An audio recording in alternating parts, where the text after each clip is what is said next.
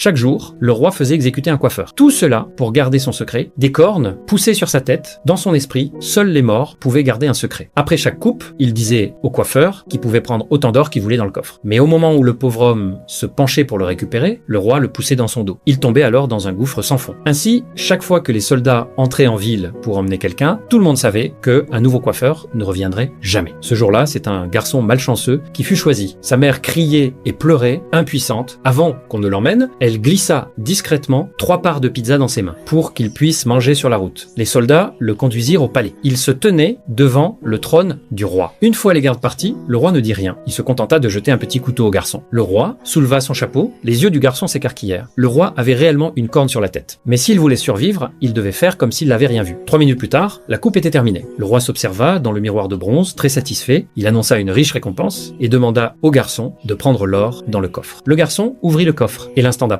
il fut poussé dans le dos. À l'intérieur, il n'y avait pas d'or, seulement un gouffre obscur sans fond. Au fond, une rivière souterraine grondait. Le garçon fut emporté par le courant. Le roi s'essuya les mains, satisfait. Mais il ignorait que le garçon avait survécu. Il se releva difficilement et découvrit des montagnes de squelettes autour de lui. Il comprit que tous les coiffeurs précédents étaient morts ici. Il voulut fuir, mais les os se mirent soudain à bouger. Un immense python apparut lentement. Par instinct, le garçon leva sa flûte et joua de toutes ses forces. Une mélodie étrange résonna dans la grotte. Le serpent s'arrêta. Le garçon sortit sa première part de pizza et la lui tendit prudemment. Après l'avoir mangé, le python n'attaqua pas. Au contraire, il le guida hors de la grotte. Mais à peine sorti, un loup le fixa et se jeta sur lui. Le garçon grimpa en urgence dans un arbre et échappa de justesse. Le loup tournait en rond en dessous. Le garçon n'eut pas le choix. Il rejoua de la flûte. Le son fit tomber le loup au sol, mais le garçon tomba aussi de l'arbre. Il saisit l'occasion et fit glisser la deuxième part de pizza sur le sol. Le loup la mangea. Son regard devint soudain plus doux. Il se baissa et porta le garçon à travers la forêt. Au bord d'un lac, ils trouvèrent une petite maison. Le garçon fit ses adieux au loup et voulut demander l'hospitalité pour la nuit, sans savoir qu'il entrait dans un nouveau piège.